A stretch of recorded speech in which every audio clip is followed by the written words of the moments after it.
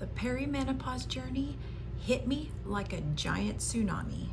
I had no idea what was going on with me, why I was feeling the way that I do, why all of a sudden do I feel like I want to cry, like I want to hurt somebody, like I have road rage, like I'm getting excessive weight gain. I could just look at something and gain weight. Why do I feel tired? Why do I feel achy? Why do I feel cranky? Why do I feel forgetful? How come I walk upstairs and get there and go like, why am I up here? What did I come up here for? I don't know. I'll just come back later. I cannot tell you how many symptoms of perimenopause that I had. I thought I was getting Alzheimer's because I was so forgetful and so like, what happened to my brain? Where is my brain? What did I do with that paper? Why am I at the store? It was pretty scary. I got to that space unknowingly and just kept it all quiet and private because I thought something was wrong with me, and I had kids to raise and a husband to take care of and a business and a house and animals and all the things that I needed to do. So I never really took the time to figure it out for quite a while. Eventually I did. I couldn't take it anymore. This went on for quite a few years though, and I would like to help anybody out there, ladies, that I can, to be at a space where you know what's coming, or you're in that space already and maybe you felt the same things. Maybe you need a little bit of like guidance, like what should I do? What should I eat? How did you feel? What did you do? Because I was on that road for 9 years, and that's a long journey, and I don't mean to scare anybody, but I got a lot of information, I got a lot of knowledge, I got a lot of hard lessons under my belt. This is worth its weight in gold. This is my journal that I decided to keep. I began a journal once I got to the point where I couldn't handle it anymore. My youngest kid was just left to college, and that's a little hurtful, but I was able to handle that because I was mentally prepared. Like, that's what I wanted. I wanted to raise my kids, have them be happy and independent and fly and go start their learning and their lives. And that's what was going on, and I was fine with that. But I didn't realize that I had a huge hormonal imbalance. So as I was feeling really bad, and I made a doctor's appointment, and I went in, and the doctor's like, so why are you here today? And I walk in and I was like, I just started crying. I couldn't even control it. I'm like, I don't know what's wrong with me, but I don't feel like myself, and I don't seem to be like happy every day, and I don't know what to do. And she says, well, what's your life like? And I said, well, I'm married, I have kids, they went off to college. I'm a happy person, but I just don't feel right. Like, sometimes I'm mad, sometimes I'm sad. I don't know. Like, this isn't me. This isn't who I am. And she's like, well, let me suggest this for you. Let me see that you will take this medication that I'm going to give you. I'm like, what? She's like, take this antidepressant. It'll help you feel better. It'll help you lose weight. It'll take those little edges off, and you'll just feel good. And then I was like, I'm not taking medicine. I don't take medicine. I don't like that. That's not my problem. I'm not depressed. Never once did she ever stop to look at my chart and see how old I was, and maybe ask questions like, are you in perimenopause? Do you still have your period? Like, any of those important questions for the age that I was. So I kept becoming a little deeper of like, lady, like, I don't want to take your pill. Something's wrong and I don't know what it is, but I'm not going to take your pill. I'm not depressed. And she's like, well, do you have support at home? Like, can you talk to somebody? Can you talk to your husband? Can you talk to your kids? And I was like, I could see why she just wanted to push me off with depression, but that wasn't it. So I finally got the nerve to ask her, can you call out for a blood test? I want to take a blood test and have my hormones checked. And she's like, well, why would you want to do that? I'm like, because something doesn't feel right within me. So she reluctantly ordered me a blood test. I went the next morning, got it taken. got the results back, and my progesterone levels were like below dirt level, not even on the chart. And I was like, aha, I knew it. I knew something was off. But I got so angry inside. I was so frustrated because how could I go to a doctor, a female at that? And yeah, she was younger than me. I was probably in my early 40s, maybe 43, 44, and she was definitely younger. But how could she not even have any awareness to ask me about that? How does she not think that hormones might play a factor? I was so frustrated, so disgusted, and so angry. And when I went back to the office for her to tell me my results, and I just sat there like all mad and angry and bitchy about it, but I didn't say anything. And I'm like, I'm not taking your antidepressants. I'm just going to go figure out what I need to do to feel better and get my hormone levels even. So it was pretty much at that time where I'm like, you know what? I'm on this on my own. So I went home. I cried about it some more.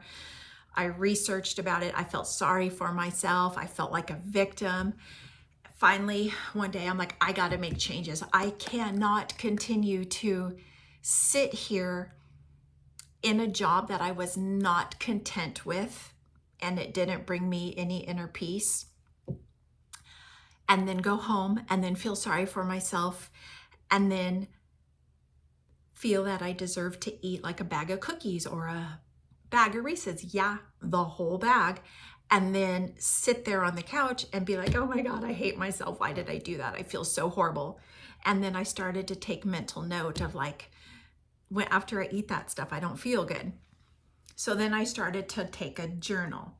I went online and I was researching all the hormonal imbalances and how to get your levels back in order. So I made a choice to change my whole daily life and what I put into my body. So I didn't go on a diet. I was making a lifestyle change for permanent because I'm like, I am way too young to feel this bad. I never felt like this my whole life. Something's off and I have to make the change. So I started to journal everything that I ate from morning to all the way till I went to bed. Everything I put in my mouth, I would write down. I would put the date, write it down. And as the time went on and I began to see a pattern, I was able to be like, oh, aha, that doesn't make me feel good. Oh, okay, well, this food makes me feel good. I also began to incorporate protein at every snack and every meal to help to satiate my body and to make me feel satisfied and full, because I always wanted to nibble. I always have been kind of like, I graze all day. I eat every few hours, but I was eating unhealthy and snacks that weren't satiating to my body. They were garbage. They were sugar. They were just not filling me up and making me content. So I noticed a pattern with that. I did notice that sugar was started to impact me. So my whole life, I was brought up with a mom who we had sugar, we had dessert after breakfast, after snacks, after lunch, after snacks, after dinner, after dessert. Like we had sugar all day, every day. This was back in the 70s. Nobody knew any better, right? Kids are just wild and crazy. I don't know. But that's how I was raised. That's how I lived. And that's how I brought my kids up, because I was not aware of the impact of sugar until perimenopause hit me. And then I started to realize, God, yesterday I ate a bag of Reese's peanut butter cups. And today, the next day, like I want to hurt somebody. Like that guy was such an asshole on the road and he cut me off. And why did this person do this? And then I'd be like, why is my husband such an asshole? And then I would stop and think, okay, so, he wasn't an asshole. Maybe he did have his own issues, but it was me. I would notice that after I ingested sugar, after it metabolized in my body, I was like this to everything and everybody. I had no patience for anybody or anything, not even myself. So once I began to notice that, I started to cut it way back, not cut it out completely, because I didn't want my brain to feel like oh my God, I'm never going to have it again. I got to eat everything, because this whole process and what you put into your mouth and how you're going to make healthy, long-lasting changes is all mental. I learned it's all mental. You're not going to die if you don't eat something, but your mind and your brain is going to say, you're going to die, you're going to starve, you're going to die, you're going to starve. How are you going to be happy if you don't have chocolate in your body, or cookies or cake or brownies, whatever it is? But I started to feel the feelings that it made me feel, how I was responding to people, how it was taking control of my day. And I didn't like that. So I made changes. I cut back my sugar. I allowed myself a little bit. And eventually your body gets used to it and your mind gets used to it, and it feels okay. And then when you do eat something sugary, then it's like, bleh, ooh, that tastes horrible. And I feel like shit. So note to self, when I eat like shit, I feel like shit. And that kind of became my new motto as well. And it worked really well. Also, I began to implement solid, whole, natural foods, because anything processed, deep fried, fast food, all that just made me feel so like blah and heavy, and my belly was just like exploding, and I was swollen and also like inflamed, like the oils and everything were, I didn't know back then about seed oils and different things, but the inflammation in my gut was enough to like, it was distended. I'm like, God, what is wrong with me? So then when I'm like, oh God, I went for fast food yesterday, and then today I feel like I weigh 7,000 pounds and I'm so swollen and puffy and I can't zip my pants. What did I eat yesterday? Then I go back to my journal and I'm like, oh. So as you write it down and you read it, and the numbers and the writing doesn't lie or forget, ooh, oh yeah, that's right, I did have that yesterday. If you write every single thing down truthfully, it's going to help you to remember exactly what you had. And then you can make changes from there. I started to go by feeling, and I wasn't aware of that at that time, because I never allowed myself to feel throughout my whole first 54 years of life. Now I don't live my life or my day or any minute of my day without feeling. But back then in perimenopause, and my soul and my body's trying to talk to me like, wake up, girl, wake up. How do you feel? Do you feel bad enough? Do you feel good? What is it? So when I started to listen to like, ooh, how certain foods are making me feel, I took note and I made the choice to make changes for the positive. I also began to get my routine of the day changed. I would come home from work, eat all the things that are going to bring me contentment and make me feel good, because poor me had such a rough day at work and I'm such a victim. And then I'm like, you know what? You need to get your fat butt off the couch, Lee, because this is not you. You've never been this way. You've always been active. You've always been engaged and wanted to be outside and do things and play out in the nature and sunshine. So I forced myself to not sit on the couch while I was eating those foods. And I would instead come home, have a healthy snack, not even go to the couch, not even sit there, go do something else, get your mind off of that space of like just sitting there and like, I would go get up and go take a walk at a park by my house. And then that park, I would start to see signs that they're going to have a fit camp, join a fit camp. And I was like, oh God, that's embarrassing. Like I'm so out of shape and I don't feel good and I don't look good and I'm not comfortable in my own skin. How could I ever go there in shorts or leggings and work out in front of people? Oh my God, that like I couldn't do that. And then I'm like, no, Lee, you have to do this. Everybody feels that way. Go over there and sign up and do it. Commit, because you're not going to live long enough to see your kids graduate college or get married or have grandkids if you do not make changes. So I made the choice to go sign up for the fit camp, a little reluctantly, a little embarrassed. I was like, please nobody look at me like this is embarrassing. Don't look at the number on the scale. Don't do this, don't do that. You know, like just the whole shebang of the feelings that we feel unworthy, you know, not worth it, not great enough to be in anybody's surroundings, all the yucky stuff that we have in our subconscious. I joined it, they started, it was a struggle. Like we did a little bit of running, we did exercise. I stuck with it. I gave it my all. Yeah, I wanted to die those first weeks because I couldn't run from like point A to point B. But I did begin to notice, like, as I continue to be consistent and acknowledge each little baby step that I made, it's movement forward and it's bettering myself. And then as I got better and I could run a little bit farther and my muscles became stronger and I could do maybe a few more sit-ups or keep up with the teacher here and there and the other people in the class, then I was like, I noticed like last night what I had for dinner gave me more energy today. Like I could run farther, I can work out stronger. And so again, when I eat like shit, I feel like shit. When I'm eating good and clean, it's affecting my body. So I began to feel that and take that in. And that became like, wow, this is amazing. I'm eating clean foods and I'm getting stronger and I'm changing my habits of my day, not going to that couch and feeling sorry for myself. I'm going to go and get out there and make myself feel good. That's huge.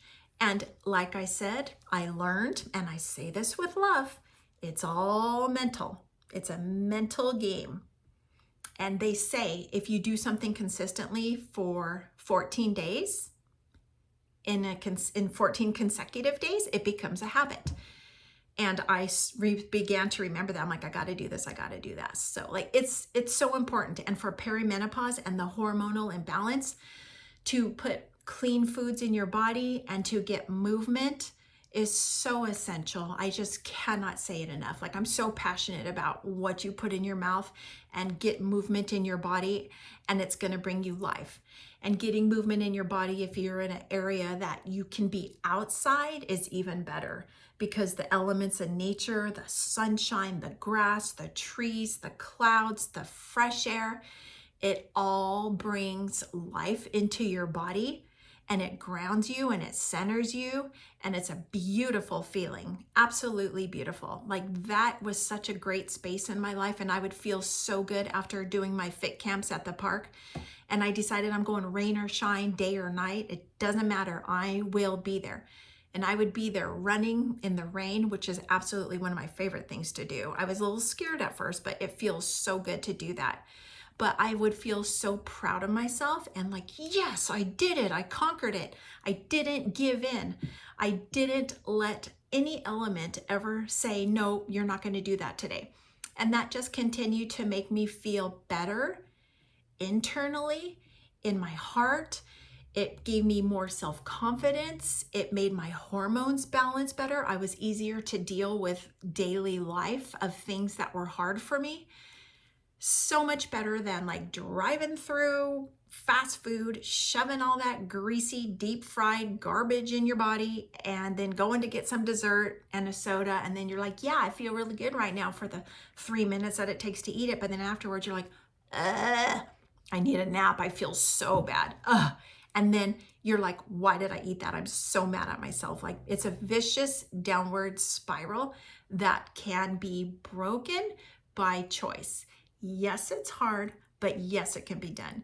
And through the journey of perimenopause, putting your body at number one is so important. I didn't know that.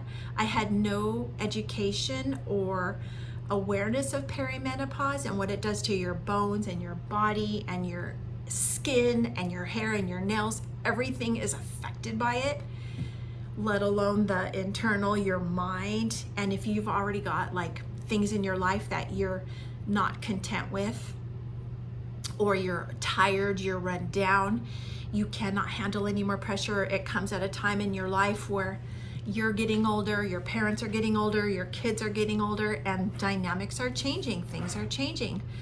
And how do you deal with that mentally? It was tough. It was very tough for me. But if I was able to keep myself level with nutrition and movement, I was pretty good. It was a good thing. I have a funny story. So a few things happened during my long perimenopause journey. And one of the funny things is like, who the hell am I? Like, who was that? I went out to dinner with my ex-husband and I had a nice meal, and I believe I had a nice big piece of chocolate fudge cake for dessert, and I was so full and content. And I was backing my truck out of a parking space, and a car was coming because the parking lot was crowded, and he wanted my space. So he sat there for a second, was trying to wait for me, but my vehicle was big, so I'm trying to go slow and inch it out and do all I can to not hit anybody on the side of me. Well, this guy's getting more impatient and keeps like nudging in and like pushing me. And I'm like, what's this guy doing? Like, come on, dude, just take a relaxing pill. He kept doing it. I finally back out. I roll down my window because my windows were tinted, and I'm looking like, what are you doing? And he just like zipped right in, and I just went like, oh, and I just got my spit in my mouth, and I spit out the window on his car. My ex-husband goes, oh, did you just spit at that guy? And I'm like, yeah, he shouldn't have done that to me. That's disrespectful. Like, he could just wait, be patient. And I rolled out my window and drove away. And my ex-husband's like, oh my God, you're gonna get me in a fight. And then I was like, oh my God, I just spit on a car. What the heck did I just do? Like, what happened? Okay, but I did have some fried appetizers, and I did have my chocolate cake. So all these things like in my body that weren't used to being in my body. And I was like, oh my God.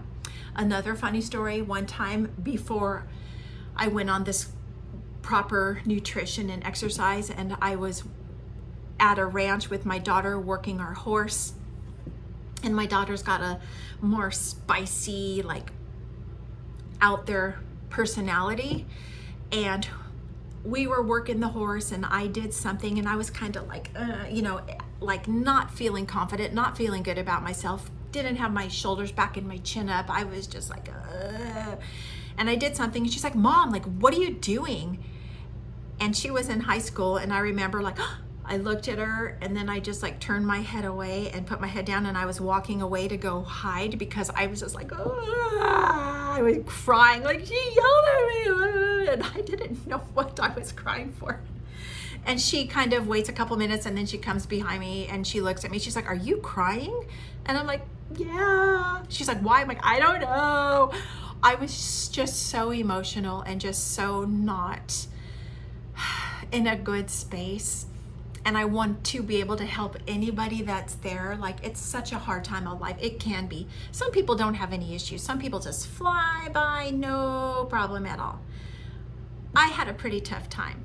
I got a lot of pages in this journal of information and days and how I feel and what pissed me off and what made me happy. And to go back and read these is so hysterical. Now, it wasn't funny back then for anybody in my household or me, but it is now. And I want to bring awareness to this journey in a woman's life because, like I said before, in America, like, we don't talk about it. It's kind of like, ooh, that's like a dark time in a woman's life. Just let her go be a crazy psycho and have her time because she's in perimenopause or she's menopausal. But everything affects it. The elements that we breathe in, the air, your peace and contentment within you or not in you at all, your family life, the food you eat, all the tasks you bring onto yourself. Like, do we ever really give ourselves time to just be present and sit there and perhaps drink ice water or a hot cup of tea and just give yourself that space and that time to be alone and with yourself and think about yourself? No. As moms, we're like taking care of the kids, putting every need in front of ours, taking care of the house, taking care of the husband, the pets, the house, the businesses, the grocery shopping, the blah, blah, blah, blah, all the things that we're so busy with from early in the morning till late at night. All those stresses take its toll and come into your soul and your body and are like screaming out, stop, stop. Take a break, help me. All this other stuff doesn't matter. Like, take care of me. I'm your body. I'm your soul. I'm your bones. I'm your blood. I'm your skin. Let's take care of us.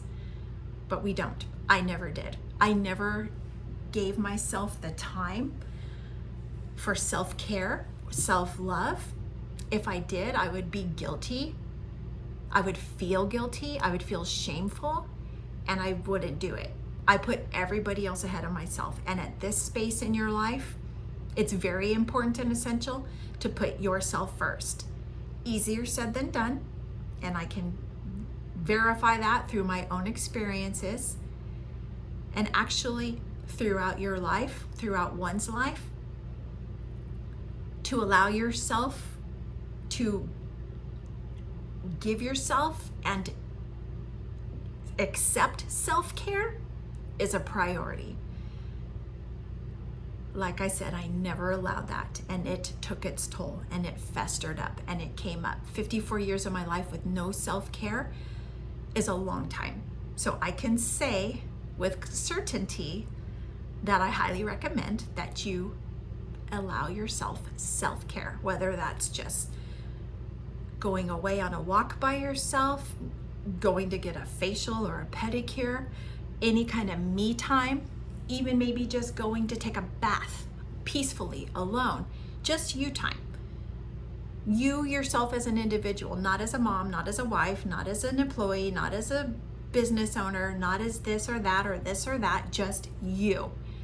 Allow that. It's so essential and so important. During my perimenopause journey, I had developed the mindset and just the whole like defeated and deflated and just beat down mentality of like, I don't care. Like my whole life, I took care of everything. I did everything. I was like on top of everything. This, that, you name it. I was like type A, like above and beyond. When I got beat down in perimenopause, I just began like, I don't care. Like, I don't care. Then as the years went by and it got a little more pronounced and I was unhappy inside, but I was unable to acknowledge that, feel that, and release that. But my body was giving me telltale signs and my soul was screaming out at me, but I was like hard-headed, like, no, I got this. Keep bringing it at me. Let's keep learning these lessons. I got to the point where like my motto was, I don't fucking care. Anybody would say something to me, or like anybody would have a request or like a question or anything. I was just thinking, if I didn't say it out loud, I don't fucking care. Especially if like certain people that I was irritated at would talk to me or ask me something. And now that's a joke in my family, especially with the females that have gone through this and understand it. And even my girlfriends, you know, you just get to that point where you're so done and you're like, I don't fucking care, like whatever. And that became my motto. And deep down, I knew that wasn't me in my heart and soul, but it got me through that time. Well, now I care, and I can see when I was in that space how I was unable to care because I was so filled to the top of my whole self of everything for everybody else and life. I didn't have any space to care. Everything was full. I had exceeded every limit, every filled line. So there is hope out there. I can help you understand. I can tell you my stories. I can put the awareness out there that like this is a time in life where we shouldn't be shameful, where we shouldn't feel like crazy because, you know, maybe something irritates us or maybe we can't handle things like we used to. I've often thought over the past few years in my journey of healing, it's like, okay, so women come to this time in their life where they begin changes and nobody's going to get out of it. Everybody's going to go through it. But why do we feel like we have to hide it, or we just have to keep going about our day and go to our job and go do the grocery shopping and go to the dry cleaners and vacuum and all this stuff with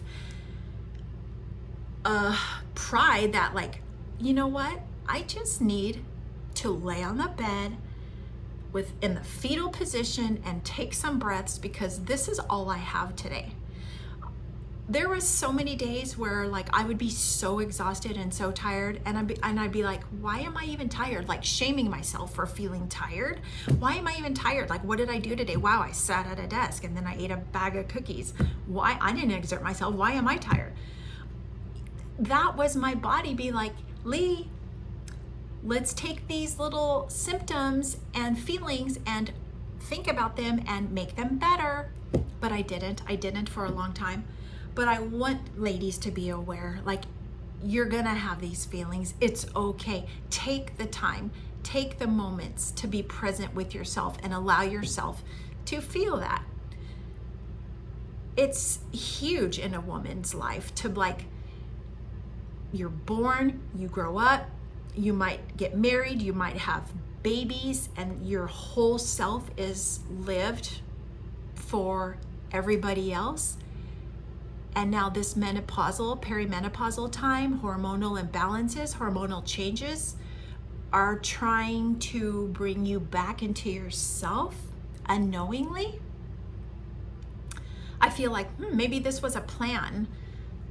Maybe this was a plan to make women wake up and start to, like, take care of themselves. I feel like it was for me, because that was a huge point in my life where I had to start looking inward and becoming aware of feelings and my body, and like my body's given up on me. Like, I am locking up 100%. So if you have any questions you would like to ask me, or any comments that you would like to give, some stories, something that you experienced, I would love to hear it. I have this great journal with so many stories and information, and I should really make a book out of this, because everybody should buy it. I told my daughter and my nieces, like, you guys are so lucky that me and your mom, my sister, who is 2 years older than me, so we kind of went through this journey together and learned things. You guys are so lucky that you're going to have this journal to look back on when you get to this space in your life, because we didn't. Like, nobody talked about it. My mom, my grandma didn't talk about it. Maybe it's a generational thing, I don't know. But to come into life and just be like, bam, knocked off your perch of, like, what the hell just happened? That's scary. So I would love to hear from you guys. I appreciate you coming to my channel. Like I said before, my name is Leanne, and I thank you for being here. If you like this, give it a thumbs up and hit the subscribe button. And again, I say this with love, 33.